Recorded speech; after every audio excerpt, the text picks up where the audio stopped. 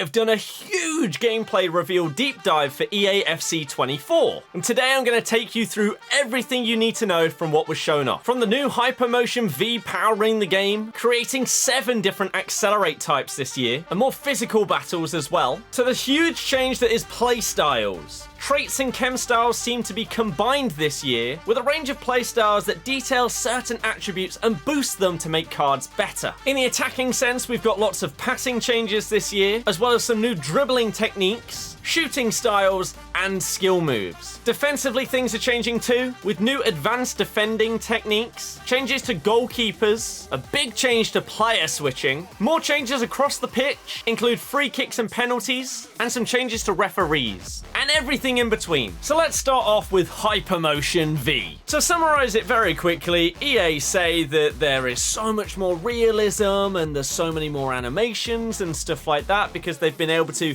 use advanced match capture, and you can see goals like the one Haaland scored against Dortmund recreated in the game straight away and stuff like that.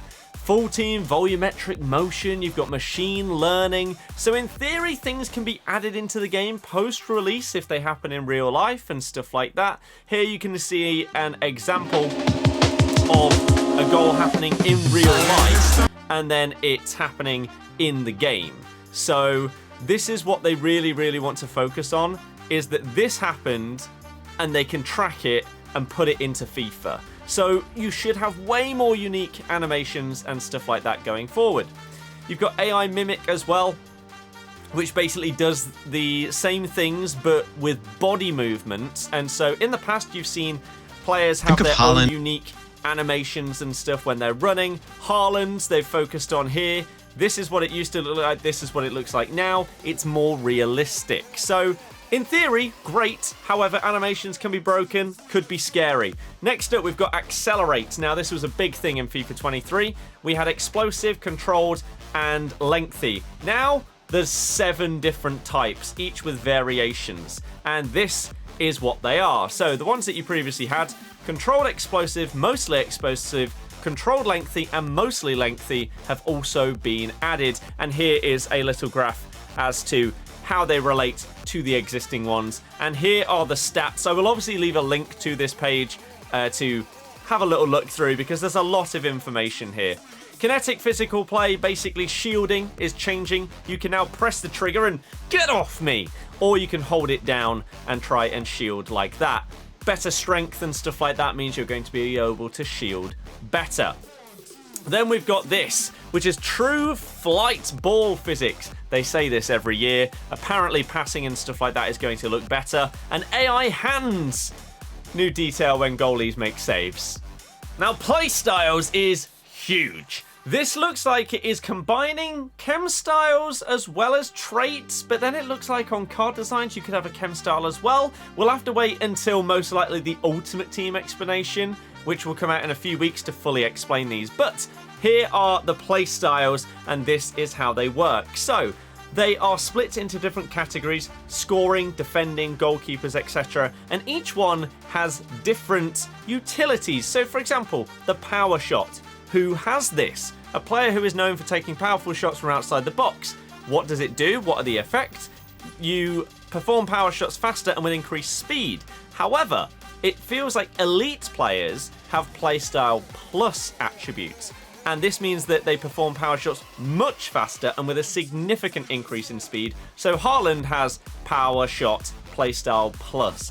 What isn't clear right now is whether, for example, in Ultimate Team, we're going to be able to purchase playstyles, apply them to our players. Are we going to be able to upgrade our players via objectives and the evolutions feature that's being added to the game?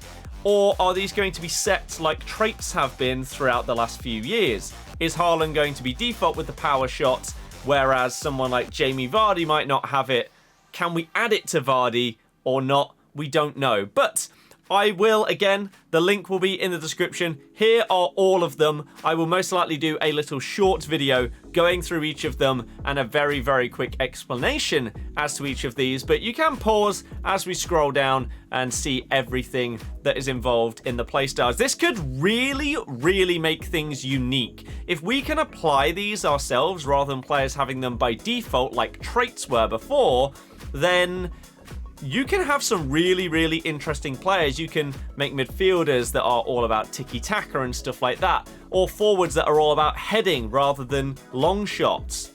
I'm intrigued. Now a big one, attacking. We start off with precision passing. Something moaned about a lot in FIFA 23, you can now do precision passes by holding R1 and through ball, or R1/RB and lob, and do these precision passes. They're also adding swerve on demand, so instead of normal Trivela passes, you now hold the left trigger and you can add swerve onto ground passes, through passes, and stuff like that. Curve attributes as well as passing attributes are going to be vital here. Really intriguing to see how it affects normal passing play. You can do a header on demand for a pass, which is interesting. They've changed the inputs for driven through passes and driven lobs. Trivelas have basically been replaced with this swerve pass. And passes can now be cancelled via skill moves. More on that in a sec. Now some big changes to dribbling, including effort, dribble, touch. This is like a quick touch that can get you away or past a defender. Think of it maybe like the bridge in the past, but a tight little dribble, as you can see in this example by KDB, to take that first touch past the player. A return of the no-touch dribble in a way, in the orbit dribble. You can position your player around the ball without them touching it, to basically get it onto maybe their strong foot or to line them up for a finesse shot. Interesting to see how it works. Controlled sprinting is in between jogging and sprinting. You hold down the right bumper or R1, which used to be agile dribbling, which you now do by holding both triggers, and this is what it looks like. It's in between. Now we have precision shooting. Basically a semi-assisted shooting setting, which if you get it right, is way more accurate and powerful. You can also request headers on demand in the box when you're shooting, as well as quick release shots where they basically just try and do whatever they can very quickly, just tap shoot and they'll do that. Now the advanced shot cancels are causing a bit of a stir on Twitter. You can go from a power shot to a chip or a finesse, and you can cancel normal shots by going into particular skill moves. Now, this could be incredible against goalies, and they look amazing. Skill moves could be really, really good, but I really like the power shot sort of launching into it to then just delicately dink it over the keeper. It looks beautiful. There are also some new skill moves, as you can see right here, as well as the Trickster playstyle, which will allow you to do special flicks and some special skill moves if you are a Trickster Plus. Some of these look amazing, and I feel like some of the stuff we've seen outside of this little video are going to be the Trickster skill moves, like the advanced rainbow that Vinny's done in one of the other clips. Changes to attacking, positioning, more diagonal runs, better runs within the box, and defensive lines that adjust based on who has been pulled out of position. The defense will pull along and transition into different systems. Sounds really cool. Next up is defending, and advanced defending now exists. Instead of holding A to jockey, you can press it to request a shoulder challenge or a seal out, and you still have your standing tackle. Way more animations have been added, and particular play styles introduce things like a special block where you keep possession of the ball. I don't know why it's been limited to only being available to players with that playstyle rather than just a good defensive edition, but we'll see how it all works. Zonal defense based on your custom tactics is now a thing, as well as constant pressure and other pressure tactics not making everything look exactly the same, so you actually have a bit of breathing space if you are being pressed to allow you to try and work your way out of it. Now the two big ones, goalkeepers. Supposedly, when shots are coming in at them, they will push the ball away into safer areas or out of play.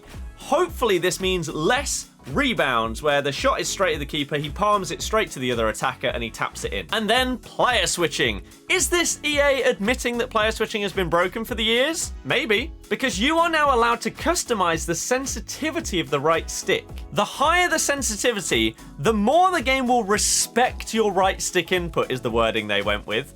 The lower the sensitivity, the more likely the system will select a player in closer proximity, even if the input is not pointed directly at them. So has it been broken? Should we have been having a high sensitivity this whole time but haven't? We'll see. You can also now customize what happens when you press L1 or LB. Will it choose the player that's nearest to the ball or someone that is goal side of the player? Really, really interesting change. I like it. We have some changes to set pieces and free kicks. Basically, they should be a bit more versatile in both crossing finally from deep free kicks being viable, as well as different shot types from normal free kick. Massive change in penalties for FC 24. Instead of a goalie just diving left, right, or staying center, you now have to choose top left or bottom left instead of just left. So the goal has been split instead of 3 sections into 5. Gives you a much better chance of scoring as the attacker, as it should be in my opinion. I really like this change. We also have new changes in referee strictness in terms of what they will give and not give. Now, referees of different strictness will call offsides, push-pulls, and many more types of fouls differently from each other. They've also got better tackle detection, apparently, as well as general improvements to logic in yellows, reds, fouls, etc. And the last few things are that the practice arena has finally returned to what it was probably like a decade ago. You can actually practice set pieces and stuff in the practice arena, move the walls and stuff around. The walls can now jump, and so a nice small change right there. So let me know your thoughts overall on this big gameplay deep dive. I'm really excited, but I swear I feel like this every single year and then I'm let down. So I don't want to get too optimistic, but some of these changes sound really good. Let me know your thoughts in the comments. If you enjoyed the video, thumb it up, subscribe if you're new, and I'll see you guys next time. Goodbye.